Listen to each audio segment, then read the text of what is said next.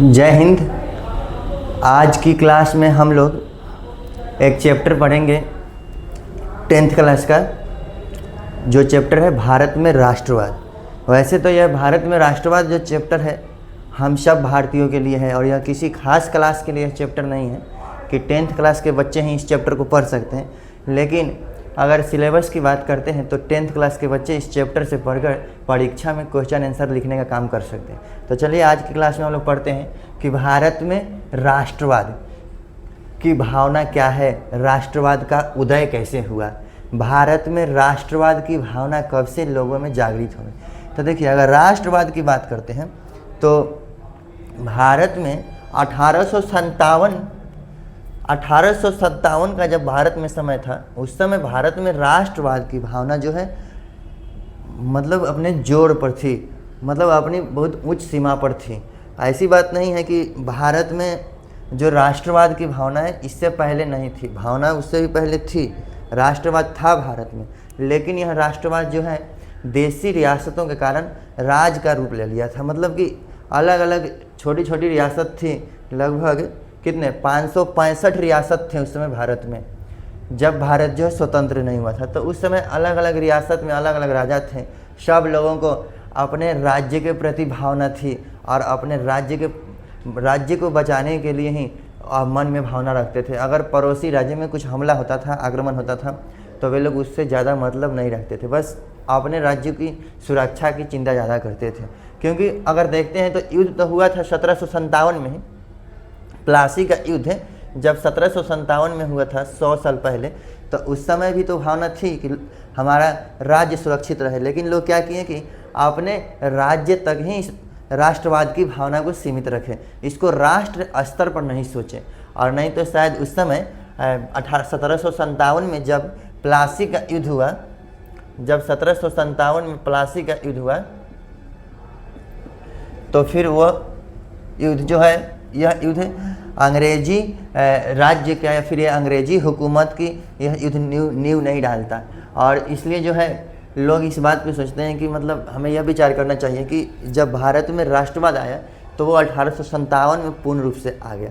उससे पहले भी था, लेकिन लोगों में अक्सर क्षेत्रीय की भावना होती थी कि यह उत्तरी भारत का युद्ध है, यह दक्षिणी भारत का युद्ध है, भारत का युद्ध है, तो यह युद्ध उस रियासत के लिए है, तो वह युद्ध इस रियासत का है। अगर 1757 में युद्ध हो रहा है तो वो प्लासी में युद्ध हो रहा है, तो उस समय अब अवध का राजा क्यों जाएंगे, मतलब कि मैसूर के शासक क्यों जाएंगे। लोगों में इस तरह की भावना थी। अगर मदद करने पर गुहार लगाते थे तो जाकर कुछ मदद कर देते थे।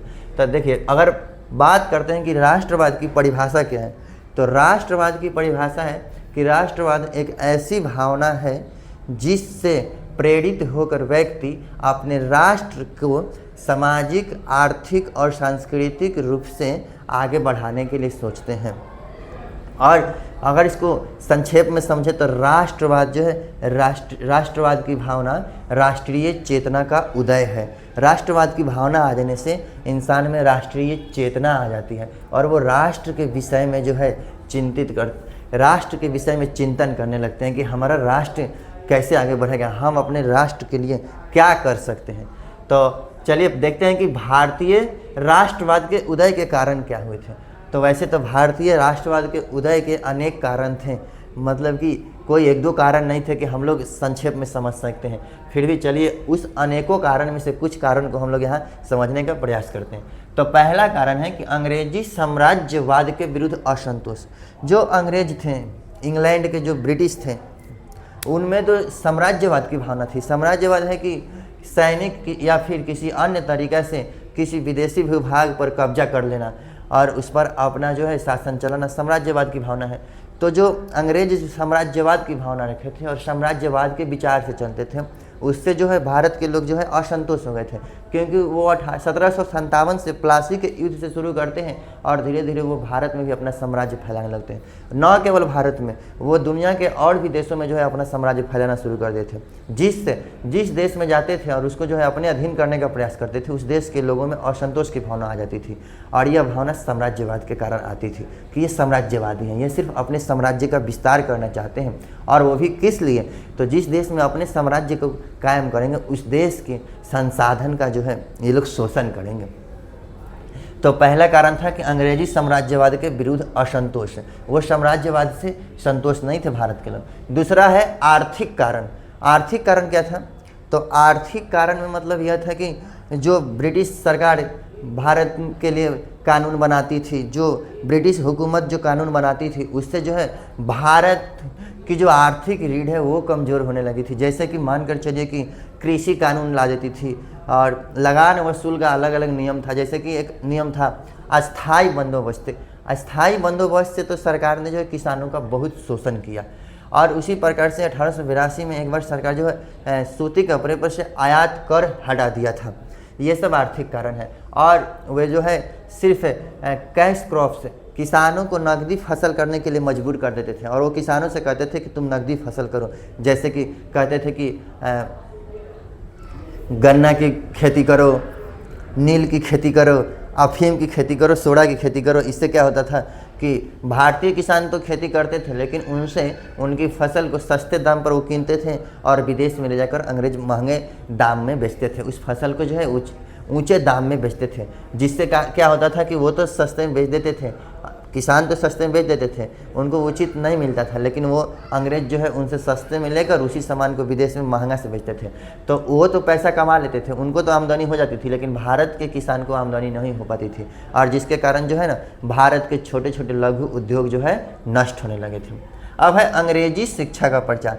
जैसे ही भारत में 19वीं शताब्दी में अंग्रेजी शिक्षा का प्रचार होता है तो उससे क्या होता है कि यहाँ के लोग जो है, यहाँ के जो राष्ट्रवादी लोग हैं, अब वो भी जो है ना फ्रांस में जो क्रांति हो रही है, या फिर अमेरिका में जो क्रांति हुई थी, या फिर यूरोप के किसी अन्य देशों में क्रांति हुई थी, तो वहाँ के क्रांति से जो है ये सीखने लगे और इनकी चेतना जगने लगी। और ये जो क्या किए कि रूसो, वाल्टेयर, मेजनी और गैरिबोल्डी जैसे दार्शनिकों और क्रांतिकारियों के विचार से प्रभावित होकर सामाजिक और आर्थिक रूप से और सांस्कृतिक रूप से ये लोग सचेत हो गए। तो अंग्रेजी शिक्षा के प्रचार से क्या हुआ कि भारतीय राष्ट्रवादी जो है इनको विदेश में जब युद्ध होता था या विदेश में जो क्रांति हुई थी वहाँ की क्रांति के विषय में भी इनको जानने का ज़्यादा मौका मिल गया। और जो है ये दुनिया के दूसरे देश के क्रांतिकारी से भी जो है ये विचारिक रूप से जो है संपर्क बनाने लगे। और चौथा है मध्यम वर्ग का उदय।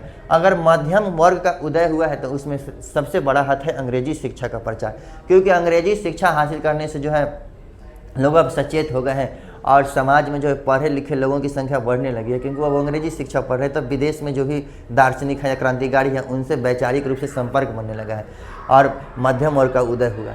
मध्यम वर्ग में अगर हम बात करते हैं तो डॉक्टर आते थे, अध्यापक आते थे, शिक्षक आते थे, और या फिर जो है ना सरकारी कामकाज वाले व्यक्ति मध्यम वर्ग में आते थे। तो वो भी जो है ना साम्राज्यवाद के विस्तार का काफ़ी विरोध किए थे। अब है कि साहित्य एवं समाचार पत्रों का योगदान। साहित्य एवं समाचार पत्रों का योगदान। अब हम लोग देखते हैं कि राष्ट्रीय चेतना में, राष्ट्रवाद के उदय में साहित्य एवं समाचार पत्रों का क्या योगदान था। तो देखिए साहित्य एवं समाचार पत्रों का भी बहुत महत्वपूर्ण योगदान है राष्ट्रीय चेतना में, क्योंकि उस समय बहुत से लोग जो थे, ठीक है अंग्रेजी भाषा तो पढ़ लिए थे, लेकिन हमारे देश के ही बहुत नागरिक थे जो अंग्रेजी भाषा को नहीं जानते थे, वो अपनी मातृभाषा को जानते थे या हिंदी भाषा को जानते थे। तो फिर हमारे देश के जो है मध्यम वर्ग के व्यक्तियों ने, जैसे कि बंकिम चंद्र चट्टोपाध्याय, रविंद्रनाथ ठाकुर जैसे साहित्यकारों ने हिंदी भाषा में साहित्य की रचना की है, जिससे राष्ट्रवादी भावना का और उजागर हो गया। और फिर वो दिखा दिए कि साहित्य के माध्यम से राष्ट्रीय चेतना को कैसे जागृत किया जा सकता है। उसके बाद है कि सामाजिक धार्मिक सुधार आंदोलनों का प्रभाव, कि मतलब हमारे देश में सामाजिक सुधार के लिए फिर धार्मिक सुधार के लिए जो आंदोलन हुआ तो उसका क्या प्रभाव पड़ा, जिससे कि राष्ट्रवाद आगे बढ़ा। तो अगर बात करते हैं कि सामाजिक सुधार, तो उस समय हमारे देश में कुछ सामाजिक कुप्रथा थी, जैसे कि सती प्रथा, बाल विवाह, दहेज प्रथा। दहेज प्रथा तो अभी भी यह कुप्रथा है, लेकिन बाल विवाह और सती प्रथा पर रोक लग गया। जैसे कि स्वामी दयानंद सरस्वती जी के द्वारा आर्य समाज की स्थापना की गई थी। और उसी प्रकार बंगाल में रामकृष्ण मिशन मठ, और फिर क्या हुआ कि राजा राम मोहन राय द्वारा सती प्रथा पर रोक, इसी प्रकार बाल विवाह पर रोक, ये सब हमारे समाज में कुरीति थी। इसमें सुधार हुआ, और सुधार हुआ तो लोग जो है राष्ट्रवाद की तरफ आगे बढ़े। और उसी प्रकार धार्मिक सुधार भी हुआ। हमारे देश में जो है धार्मिक लोगों में धार्मिक रूप से बहुत मतभेद थे। हिंदू मुसलमान, अगर हिंदू हैं तो हिंदू में भी जातिवाद पर लोग चले जाते थे। तो इसमें कुछ सुधार हुआ, तो फिर हमारे देश में है जो राष्ट्रवाद का उदय और उजागर हो गया।